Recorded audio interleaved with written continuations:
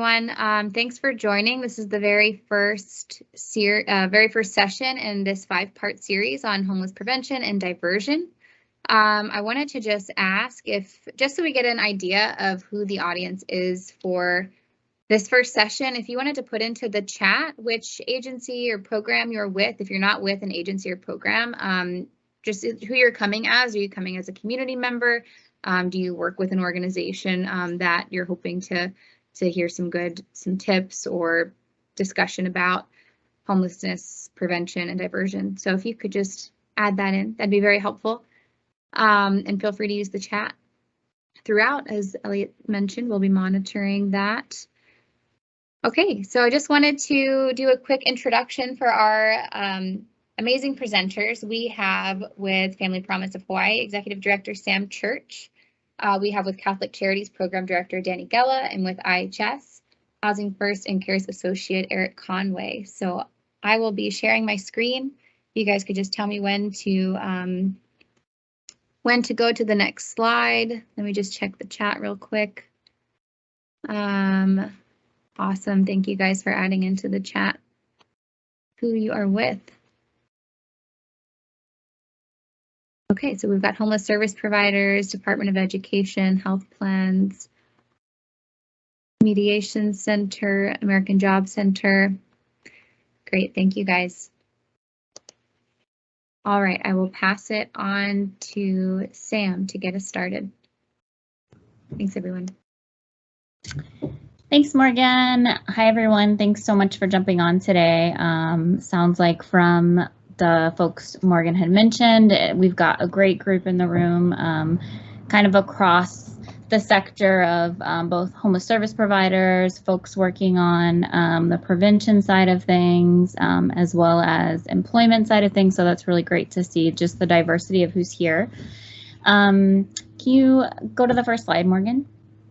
So to get us started, and sorry not to confuse folks, I'm not with Hawaii Health and Harm Reduction Center, but Heather Lusk, who's their executive director, had put together a couple slides. She was hoping to be on this presentation, but couldn't at the last minute. So, and I forgot to share when I started. So I am the executive director of Family Promise of Hawaii. We at Family Promise provide a pipeline of support for families who are experiencing houselessness. And then I also sit as the vice chair of Partners in Care. So I like the role that I sit in because from a provider perspective at Family Promise, I can see, how we implement programs and the issues we see on the ground. And then on my role at Partners in Care, I can see across the whole system of providers what some of the challenges are, and kind of wearing both of those hats. When we were coming up with how we were going to intro this series, I thought, we really need to set the tone with a clear definition on what prevention is and what diversion is, because sometimes the terms are used differently across agencies. And so just to set the tone for this series, when we talk about prevention and we talk about diversion, these are the definitions that we're using. It's not to say somebody using these terms in a different way is right or wrong.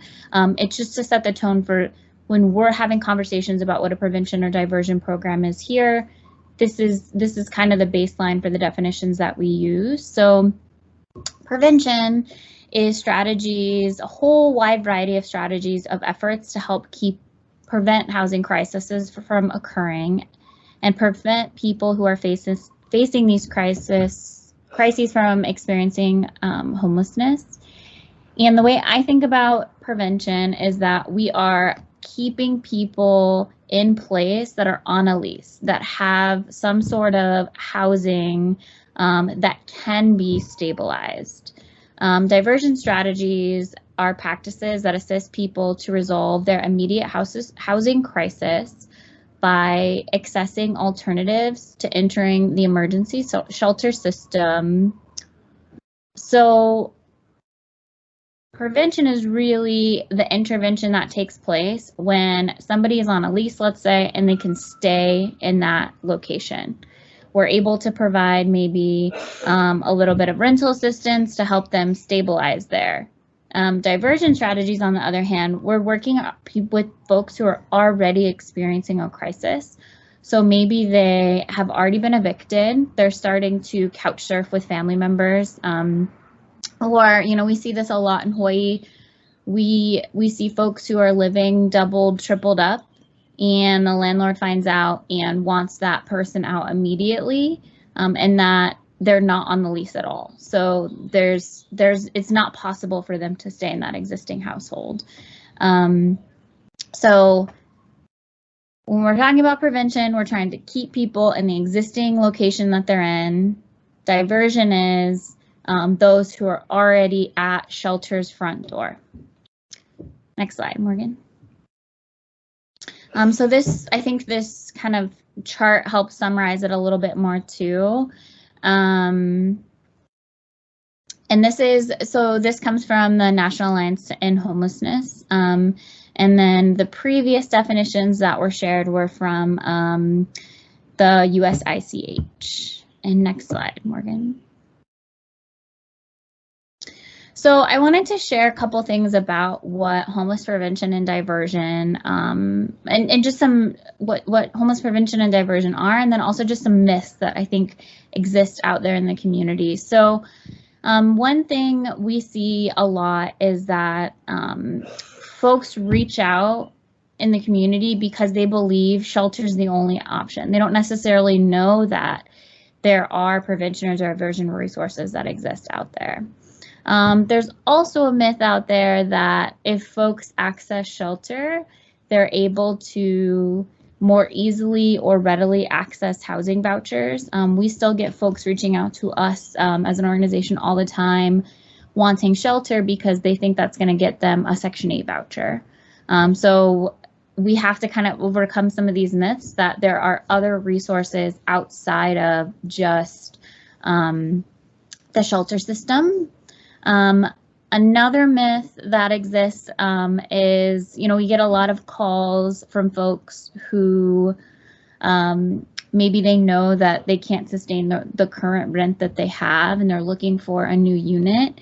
And I think that sometimes folks believe that the homeless service system has this magic list of available housing units that exist. But the reality is all of us are using the same resources that other folks use, right? We're looking on Craigslist, we're calling real estate, or we're calling realtors. Like, we don't as a system necessarily have access to this pipeline of housing units. And so with that myth, sometimes diverting folks out of the system is simply, sharing that we don't, just because you're trying to reach out to a homeless service organization or trying to come into shelter, we don't have any extra connection to housing resources that exist. And then we also don't have unlimited rental assistance. I think that's another just kind of myth that we've heard out there. And then this is a really big one.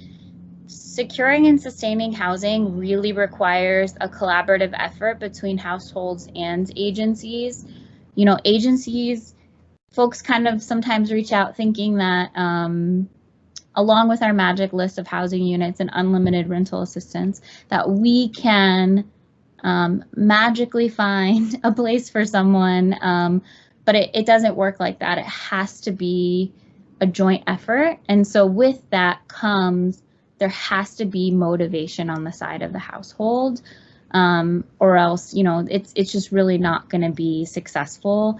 And I share some of those things because sometimes we get referrals. We get referrals a lot that aren't necessarily the right fit because folks are not meeting some of those things.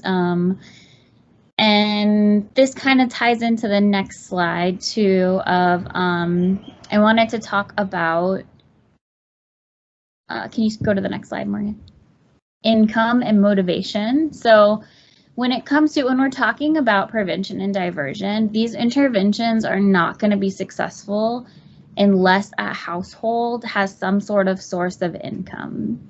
So a lot of times folks are reaching out, they have no income, they're not working, there's not necessarily a motivation to work, And I think we have to be really, really realistic that if there's no income coming in, even, if a short-term rental subsidy and case management is not going to be the right intervention for that household, because they're not going to be able to sustain it long term. So, if a household has no income, no employment lined up, they really should be referred to an alternative resource in the community other than, and at that point, shelter might be appropriate. If we know somebody's about to lose their housing, they have no income coming in, even with a short-term rental assistance, if they have a job lined up, that's a different story. If they're motivated, willing to work, that's a different story. But if there is no source of income coming in, down the line, I think we really need to be realistic with folks that prevention diversion isn't necessarily the right resource for that household at that time. And then next slide, Morgan. So what resources do exist in prevention and diversion, and who is this a good fit for? Well, it has been proven extremely successful for the households that are, we have a pipeline of who's experiencing housing instability in our community. Somebody who maybe this is the first time they've experienced a housing crisis, or, their income has been reduced, or maybe they did lose employment, but they have something else lined up soon. In the pandemic, we've seen a lot of folks losing jobs, but they're applying for something new. What we're seeing a lot now too is landlords selling properties. So somebody might be experiencing an immediate crisis of trying to find something new. Their income hasn't changed, but their housing situation has changed. So prevention and diversion are really useful for certain folks. And then these are some of the resources of potential support that they can receive. So case management, landlord, family, roommate mediation, housing search support. But like I mentioned, that housing search support with a giant caveat there of, we're looking through the same sources that other folks in the community are looking for. So let's say you're working with a client and really all that they need is that connection to a property. You can support them. You could do diversion on your own and help them look for a unit through the same channels, that everybody else is looking through. But it wouldn't necessarily be a referral to, a prevention or a diversion resource unless that household also needs rental assistance. In that case, it would be appropriate to refer them. Tenant legal services, usually that's referred out to, a partner agency. Credit repair and matching, that's a huge challenge with a lot of the folks that we're working with. And, credit repair takes time. So that's something that it's not solved immediately. Sometimes folks just need access to things like bus passes or car repairs, and if they were able to take care of those things, they could sustain their housing, and so that could be considered a prevention or diversion resource. And then, you guys can see the rest of the slides, so I won't just necessarily go through the whole list for the sake of the time that we have left in the webinar, but just wanted to share kind of some services that are encompassed in that prevention and diversion realm. And then the next slide, just showing and sharing at Family Promise, kind of what the pipeline of services are that we have. So, we do some homeless prevention work when we have the financial resources to do so. And that's really keeping folks from being evicted. If they're at shelter's front doorstep, we're going to try and divert as much as possible. And if prevention and diversion is not likely for that household, the next step would be potentially accessing shelter. And then the next step on the path is obviously getting them into permanent housing and housing stabilization, keeping them in housing so they don't cycle back to falling back into homelessness. So, yep, I think that's, I think I covered what I'm supposed to. Thanks, Sam.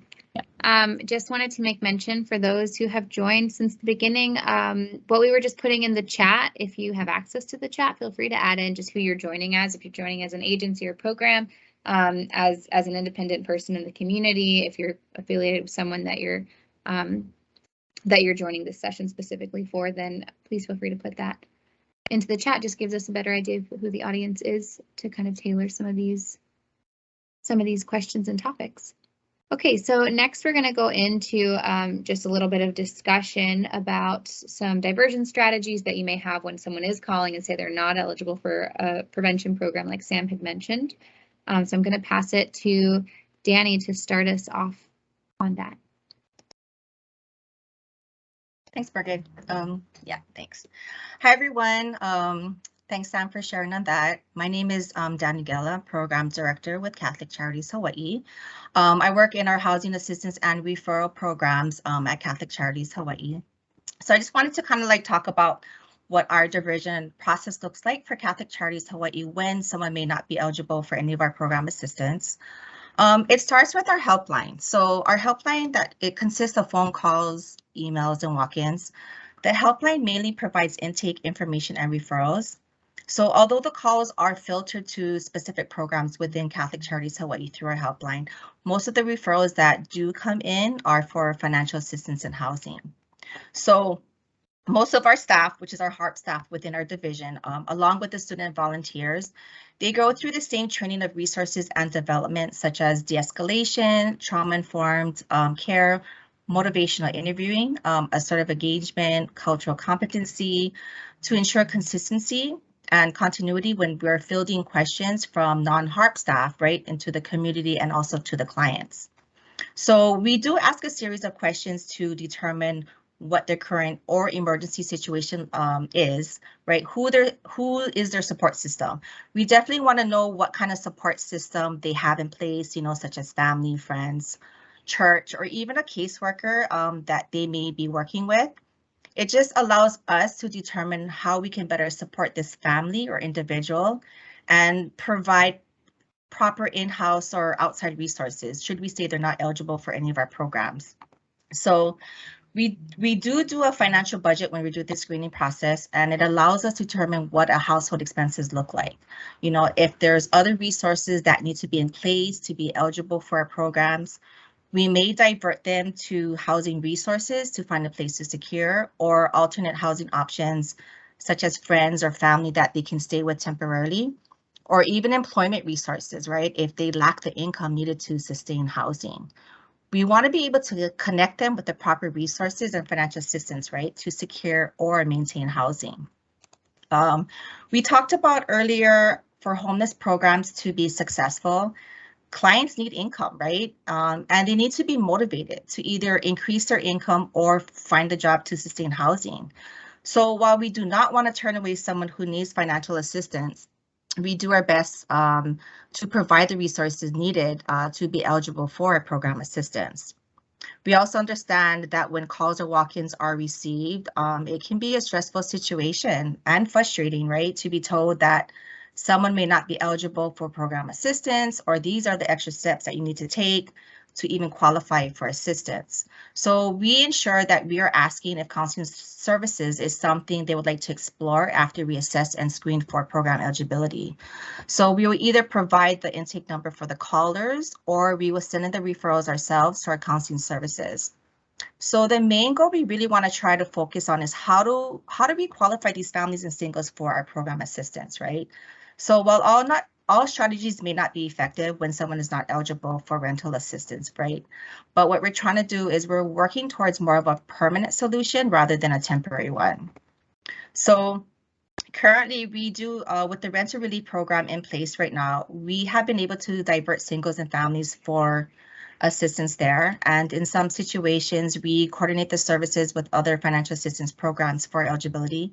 So for instance, if a family needs to relocate, then we may use a Catholic Charities program, right, to assist them with a security deposit and then utilize the rental relief program that may be able to assist with the ongoing rent for a few months.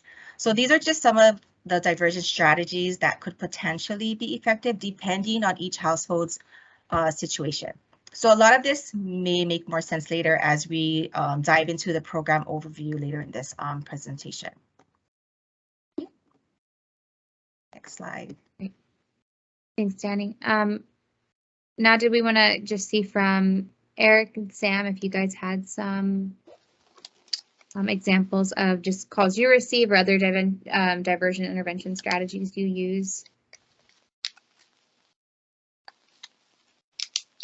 Yeah, so my line is the line 211 gives out for all of IHS housing and rental assistance inquiries. Just as Danny said, we do try to make sure we don't leave someone hanging with the answer, no, sorry, we can't assist you. And then we start going into, but we have these services available. So at IHS, our housing department is also doubled up with our employment team called Heli to Work. So especially for those individuals that don't have income, and that's an automatic, not disqualification, but doesn't make them eligible for our programs, I'll just say, hey, we have Heli to Work. In order to get assistance from me, the prevention side, I have to give you this diversion program in order for you to be eligible for something that you may still need. But as long as you have the proof of that, of income coming in. Then we also have Taking Root, which I believe more of our at-risk community members have really taken appeal to. So it's urban agriculture. So on top of our women and family shelter, we have this awesome hydroponic garden where people can take classes 2 to 3 days a week, and they end up becoming certified in some sort of like landscaping and gardening. And then that allows them to be employed by landscapers, work at farms, also kind of optimizing their eligibility if in the future they would need financial assistance from one of our programs.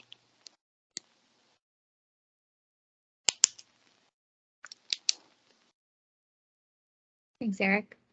Sam, did you have anything to add for diversion strategies you guys use?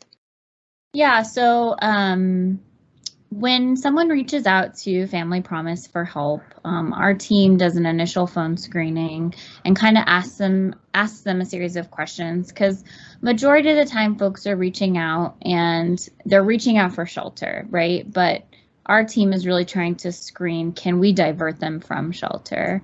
And something we've really found over the years is that there's a lot of folks who are living doubled up, right? Or who believe they really need shelter and they can't stay where they currently are. But what we have found is, so we actually in 2018 stood up an actual diversion program. So there's diversion strategies to try to keep people out of the system, but Family Promise as an agency set up an actual program to try to work with those who are couch surfing or living doubled up to see, if you could stay somewhere temporarily, if you have a family member or a friend that you could stay with, you stay there, we'll provide case management and try to help you find alternative housing. And what we've actually found in that program is majority of folks end up sustaining in that housing that they're in for an extended period of time. And so we've actually revamped the program that we're running and made income a requirement, because a lot of times we were finding those folks were coming into the program, they were living double, tripled up, they were couch surfing, they weren't working, they weren't bringing in income, and they were able to stay in that housing that they were in previous to reaching out to us for shelter. So the cases, a lot of those cases, they were able to stay in that housing long term. But the ones who were successful in finding their own alternative housing were the ones who did have income. So we have made that change at Family Promise to require income for our diversion program. But I think another thing that came out of it was really when folks are reaching out for help, or if you're working with someone who you're thinking maybe shelter is the next best step for them. It's really getting at where they're currently at right now with a little bit of resources and support. Could they actually stay there? You know, is that actually the right placement for that household versus coming into the shelter system, right?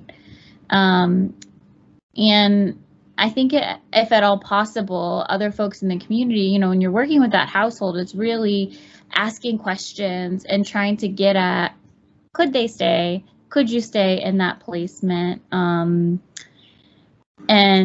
if not, you know, are you willing to work? Are you currently working? Are you willing to work towards finding housing? If that's the case, a prevention or diversion resource might be best. And if not, then, you know, shelter might be the next best step for them. Thanks, Sam. Anything else from our presenters on that topic of just conversations? I know that Danny, you had mentioned a lot of different things you guys use, like progressive engagement and motivational interviewing and such, but anything else you guys wanted to kind of talk about with those topics before we move on? So one thing I wanted to address is some people may get frustrated with the amount of questions that we ask, but it's really to better understand their situation so we can provide the proper resources. And we also want to make sure that when we're talking to them, they really need to be a fit for our program because their needs might be greater than what we can offer. So we don't want to place them in our program and then they're not successful. So that's one of the things to also remember too when we're screening and assessing callers. Eric, were you going to say something? No, just more of agreement. Yeah, it is frustrating asking a bunch of questions, and oftentimes it is asking the same question over and over, just in a different way. But yeah, our goal when we do pre-screen those inquiring about our services, I would say diversion is always like the first thing that we're thinking of. First and foremost, I kind of go into my pre-screening mode. Automatically, I'm just gonna think this person doesn't have income or they just lost income for whatever reason, just so I can be prepared to send them one way or another rather than keep them on my plate and focus on just giving a one-time shallow subsidy. Danny, I know I'm still so just proud that and happy that you brought up the counseling services like we talked about last week. Could you just talk more about it? Because I'm still amazed that that's available for people. Yeah, so at Catholic Charities Hawaii, we do have a counseling center. So that's what we were talking about, services that we have in-house. So on our screening, when we do the screening process, right, that is something that we definitely ask everyone at the end of the screening process. So we have an intake line for our counseling services. So we either provide the intake line or we ask the caller if they would like us to send the referral to our counseling services. And then from there, they just kind of take over from there. Yeah, so it is available and most people do qualify with the insurance that they have. So yeah. I can get you that number. I have to look it up. Sorry, I don't have it memorized. Yeah, maybe we could share that after the session. Just so everyone knows, we are recording the session. We are going to come out with a one-pager to cover all that we're discussing, and then we'll put that on the Partners in Care website and maybe some others afterwards, maybe in the next week or so. Sam, I saw that you unmuted for a moment. Were you going to add anything else to Eric and Danny's? Yeah, I just wanted to share. So we have a pretty comprehensive list of shelter diversion questions that you can ask folks to really try to get at what is the best resource for this person that I'm working with or that I'm connected to. And I was trying to figure out how to share it out with you. So I think where we landed was at the end of this presentation, it's going to get posted on the Partners in Care website, and then we'll attach to that. There's this list of questions, these diversion questions that are really useful. When you have a person sitting in front of you and you're trying to figure out what's the best resource for this person, is the homeless service system the right one? Should I refer them to a prevention program? Anyway, so it should get shared when this presentation gets shared out. And then another really great resource that our team has used for diversion is Ian DeJong and Org Code. They actually came out a couple years ago and did community training on diversion, but if you look them up online, they have a lot of really, really great diversion resources as well.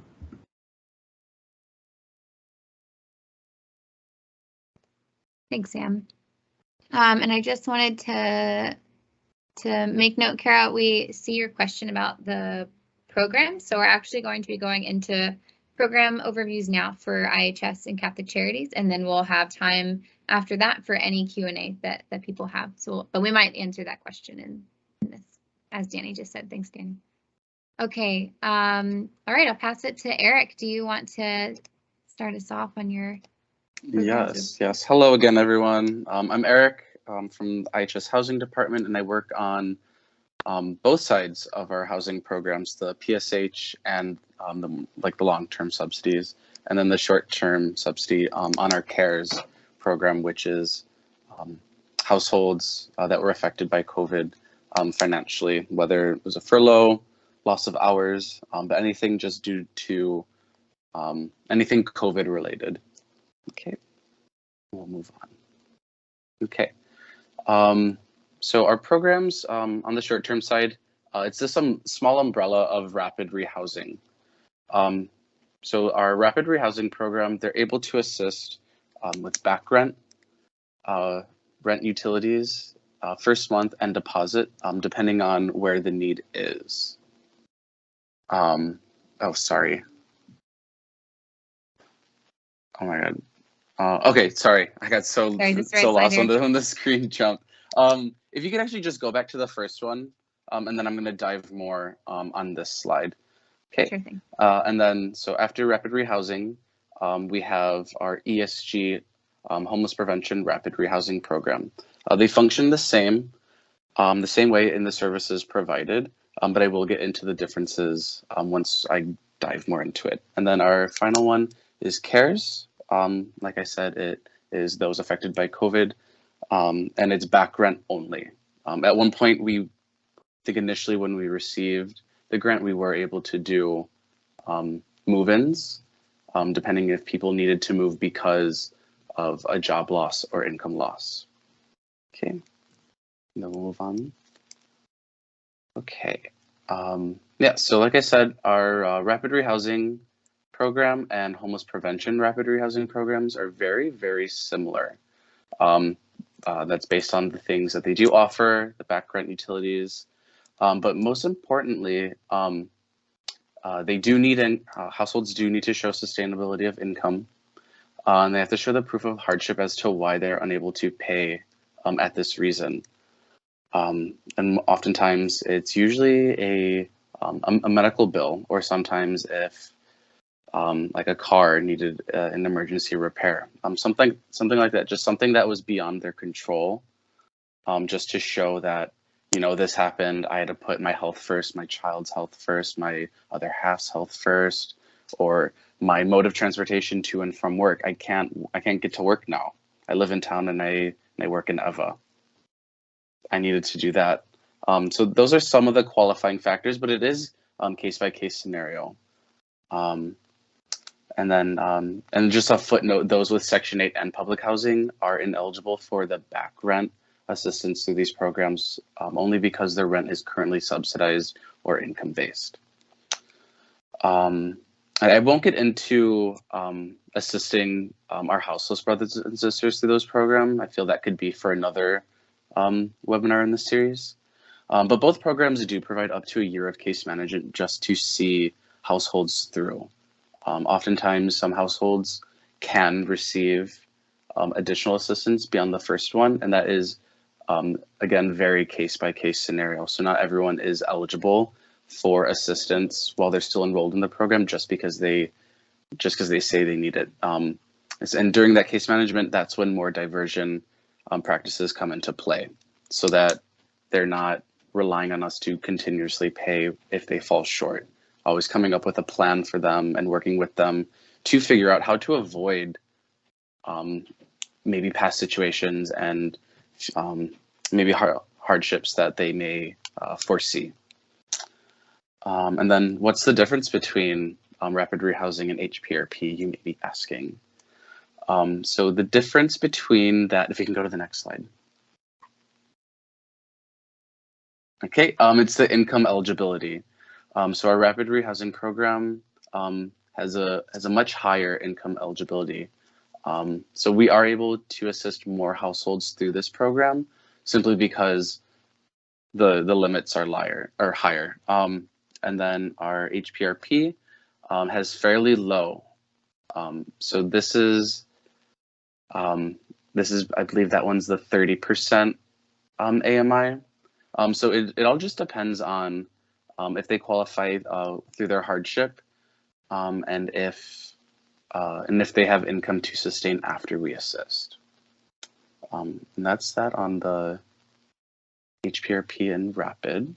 And I believe the next slide is CARES, which is a fairly easy grant to explain. So we are able to do up to 6 months of rental assistance. And at this point, our last 2 months of the grant, we do end, month and a half, we lose it June 30th. So yeah, only 6 months of rental assistance. We do use the rapid rehousing income eligibility, and that's the 50% AMI. Households can receive up to a year of case management if they feel necessary. Oftentimes through this program, we haven't seen many households that do need more than 3 months of just follow-ups, maybe 6 months of follow-ups, because most of the people that we have been getting through this program have gone back to work or found a new employment opportunity. So I have to prove sustainability. And then the biggest component of eligibility for this grant is COVID impact verification. Like I mentioned earlier, it could be furlough, loss of hours. They came down with COVID and they had to take the 2 weeks in the past off for quarantine, and now even the 5 days can still make people eligible for this grant. And that's it for CARES. And then this is our external email address, and this contacts you to all of our rapid rehousing teams, so rapid rehousing, HPRP, and CARES. So if anyone has any questions about or wants to inquire, or they have clients that want to inquire about our services, this would be the best way to contact all of us. And then we always hop on, claim a case, and then even if it's not, like the increase states that that it's not COVID related, like right away, usually I will hop on and just send all the pre-screening questions. And then if it comes out that they're still not COVID or impacted by COVID, I'll still refer them out to our other teams to continue the eligibility and pre-screening process. Great, thanks, Eric. I think there's one question just about, is there a phone number that people can call in addition, or just use the email? I would say the email is the best. 211 gives out my number only. So everyone's more than welcome to call me and hear my voice some more. Okay, thanks, Eric. Yeah. Okay, and then I'm hoping maybe we can circle back to the case management, Kara, also at the end once we go through Catholic Charities program overview. So Danny, I'll pass it to you. Thanks, Morgan. Okay, so I oversee 2 financial assistance programs at Catholic Charities Hawaii. So these are the 2 that I'm going to give an overview over. One is our State Homeless Emergency Grants Program, which I'll refer to as SHAG, and our Housing Placement Program, which I'll refer to HPP. Okay, next slide, Morgan. Okay. So SHAG is our State Homeless Emergency Grants Program. It is an intervention program designed to help households to quickly exit or prevent homelessness. return to housing in the community, and avoid future homelessness. So SHAKE is a statewide program that I currently oversee, and we can actually assist families and singles with this program. Okay, next slide. Okay. So these are three of the main SHAKE qualifications used to determine eligibility in the beginning. So they must be homeless or at risk of homelessness with a verification of housing status. So for those who are at risk, for at-risk verification, we may look at an eviction letter from a landlord, a lease termination, a 45-day notice to vacate, or even a displacement letter due to overcrowding if they're living with other family members, or someone who may be violating someone else's lease by staying at their residence. So the trigger event is expected to result in a loss of housing within 45 days or less. So SHAKE is an emergency assistance program. So usually when a family is reaching out to us, they may have exhausted all of their own resources first before they call Catholic Charities Hawaii. Their income, they must have a household income that does not exceed 50% of the area median income, AMI. They must also demonstrate self-sufficiency and ability to make future payments. So this is where we kind of was talking about earlier in the series about how clients need to have income. They need to be able to be sustainable going forward. So for us to assist, the families have to show that ongoing, they'll be okay to pay their rent or whatever expenses that they need to pay. We don't provide ongoing assistance, and the reason why a lot of the households need to be sustainable. Next slide. Sorry. So this is the current chart for the AMI. I just kind of wanted to point out that, just from last year, 2021, for the Honolulu County, there was like a big increase of $7,300. So really important that we are using the current AMI when we're determining the income part to the eligibility process. Okay, next slide. Okay, so how do we help? So SHAKE can provide up to 3 payments of any combination. So it can be security deposit, first month's rent, pass-through rent, utility costs, which could be deposit or arrears. We can assist with electric, gas, and water, which a lot of people are not familiar with, aware of. And then for utilities, it must be tied to their housing that they have a lease agreement with. So for example, if someone has a utility bill in a family member's name and they're not on the lease or tied to the housing, then we're not able to assess. So it's only for those with the lease agreement that's in the housing. For housing access and retention, most of the referrals that we do receive may already have housing lined up. So we ensure that, we're creating a housing plan when we take them into the program, right, to prevent a household returning to homelessness or to maintain their housing. We also connect participants to community services and support to promote stability in their house. We also provide support to ensure participants comply with lease obligations to prevent eviction. Our follow-up services is up to 6 months after a participant has been discharged from the program. So when we're doing our follow-up services, if we find, like, let's say we call them at the 6 months, right, and they're in a housing crisis again, if they're still meeting the program eligibility requirements as far as their emergency situation, we can assist again. Okay, next slide. Okay, so this is our housing placement program. It's a little similar to SHAKE.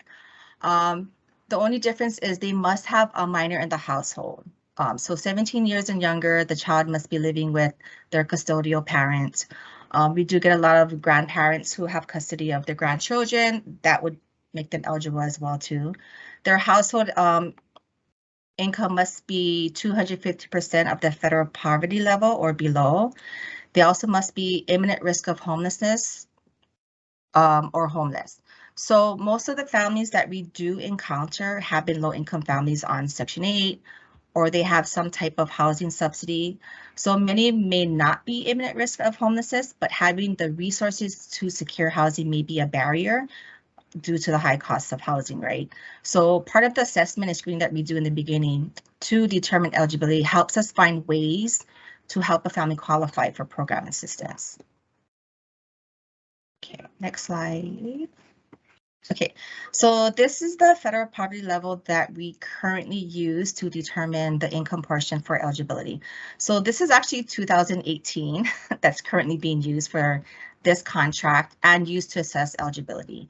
It could be a barrier, but luckily it hasn't been for the families that we have been taking in. The reason being is it is currently budgeted using the fiscal dollars from that year. So until it is all expanded, then we can start using the current year for the federal poverty level. Okay, next slide. Okay, so how do we help? How does HPP help? So we do housing search and application fees. So for housing search and application fees, the participants, they must be enrolled in our program first. So we can't get a call and saying, hey, I need help paying my application fees. I'm looking for housing. So they have to be part of the housing placement program first. So they would still have to meet the eligibility requirements to be eligible for our program before we enroll them to start paying application fees or doing any type of housing search. For ongoing case management too, it would be current clients enrolled in our program. We also do landlord-tenant relations. We ensure that landlords know that we are providing support. We educate our clients on good tenancy. Housing related legal representation from LASH. So we currently have a contract with LASH that allows us to refer housing related issues for our clients. We do financial literacy workshops, one-on-one budgeting. Our case managers are certified by Hawaiian Community Assets to provide financial literacy workshops and do one-on-one budgeting with our clients. And then we work with our other partner agencies, right, to do referrals for furniture, school supplies, holiday gifts.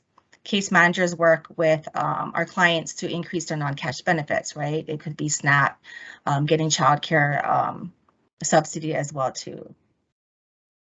So as far as financial assistance, HPP can also provide up to 3 payments of any combination, rental deposit, security deposit, and utilities and pass-through rent as well too. We do not do ongoing financial assistance, so sustainability is a key factor in here as well too. So they must have income and be able to sustain going forward. So similar to Shake as well, HPP does focus on stabilizing housing for a family, and we will conduct follow-up services up to 6 months after a family has been discharged from the program. Okay, next slide. Okay, so how do you access Shake or HPP? Preferably call their helpline 521-4357. There is an option for financial assistance. So if you are choosing, like you have minors in the household, you'll get routed to that program. If it's all adults in the household or no children in the household, then you'll get routed to the SHADE program. Now, caseworkers are more than welcome to call me directly if there's like a case you want to discuss to see if they could be potentially eligible. You guys can contact me, but just don't give my contact information out to participants. And that's it. Great. Thank you guys both so much. And thank you, Sam, as well for this presentation. So now we're going to transition into questions. And yes, Kara, you had a couple of questions. Go ahead, and are you able to unmute?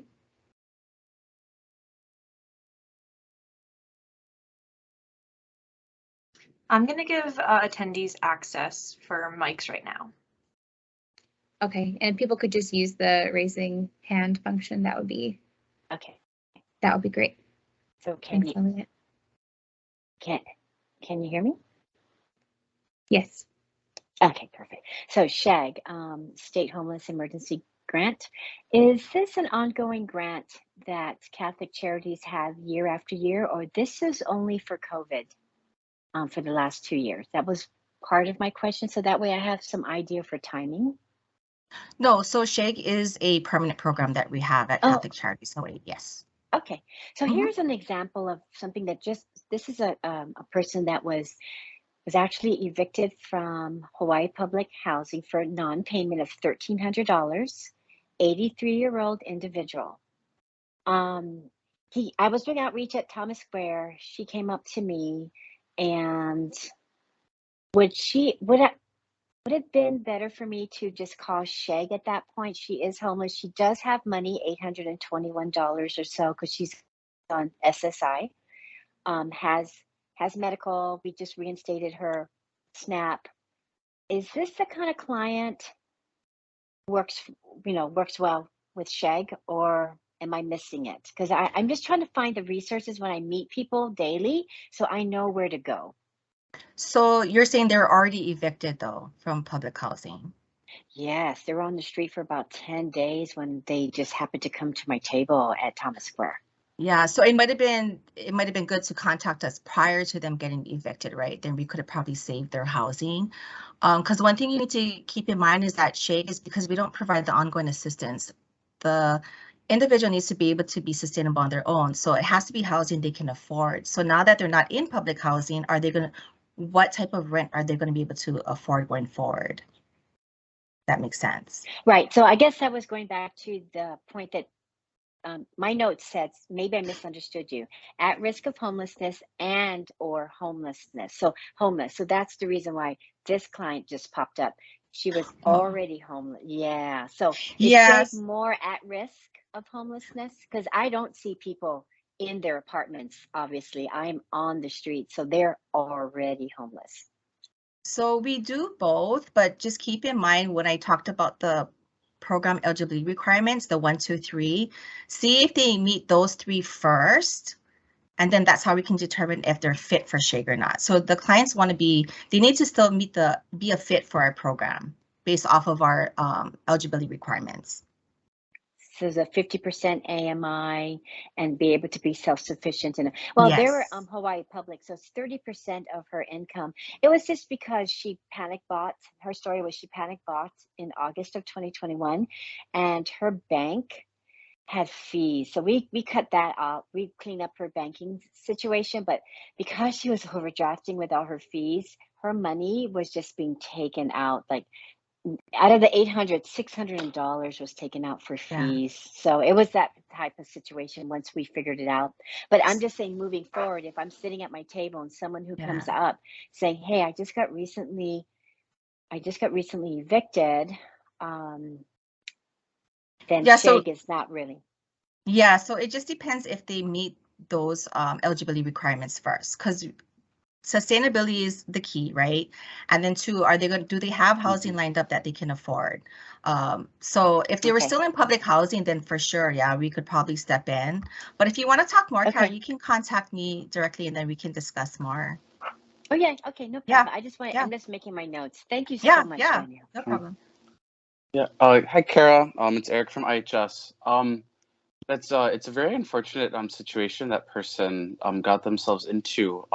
But if they are able to get into public housing again or are approved for Section 8, I would highly recommend potentially rep payee services, just to help them stay on top of their stuff, and hopefully they won't get themselves in a situation like that again. And that way their money is managed and their rent is paid, and then whatever is left, they can use that however they want or need. Thanks, Eric. Okay, are there any other questions for our presenters? Or even just general ideas that we talked about in the beginning, people would like to discuss or explore further? I just wanted to share really quickly, I didn't actually share about our resources. We don't currently have any prevention resources, but we have diversion resources. So if you're working with a family, has to be family with minor children who is living doubled up or couch surfing, and they could actually, they're able to sustain, they just need a little bit of assistance. We do have some private funding for that we could help folks with through our diversion program. And if somebody has been a victim of a crime, we actually have victim of crime VOCA assistance that we can actually help folks with move-in costs for a new place if it's a family with minor children.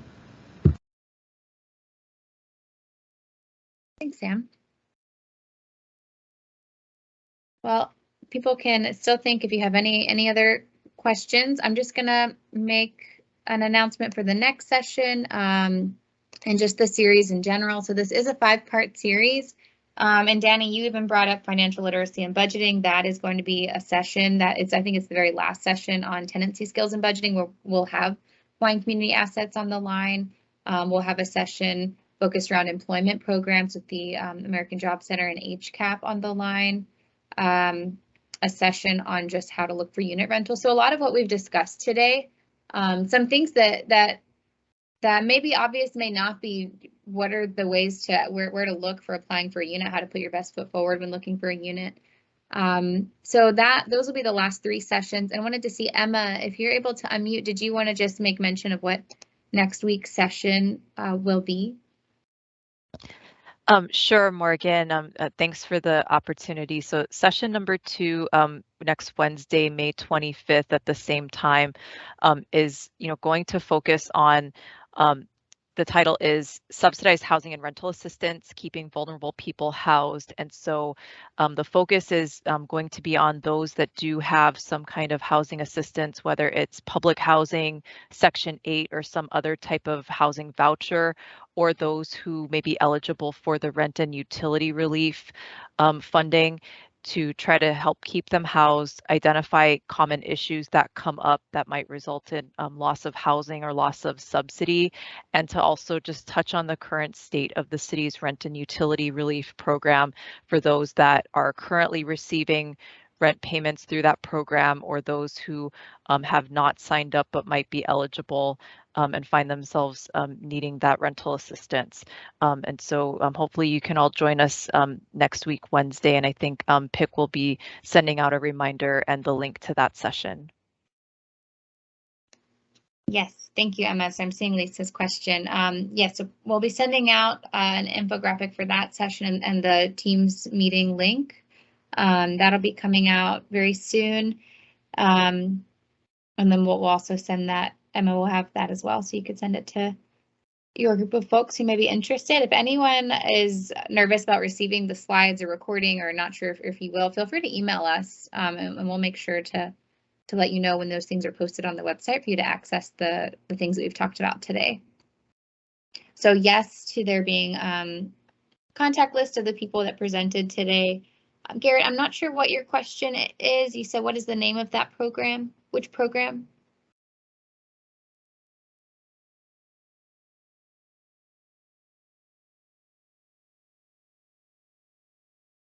Additional diversion resources. Oh, was this what Sam was speaking to? We don't have a specific name, but you can contact, my chat function is not working, but you can contact info@familypromisehawaii.org. That's info@familypromisehawaii.org, or our intake line is 808-466-4241.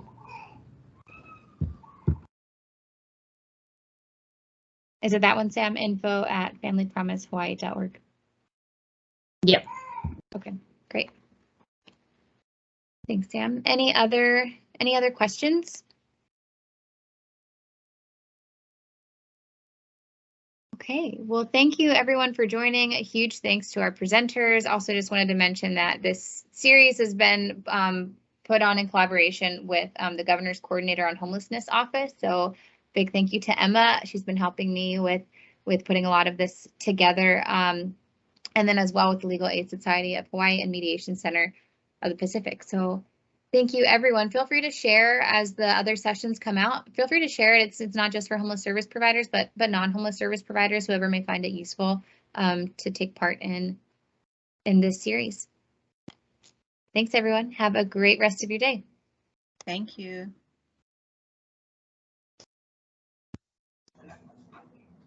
Thank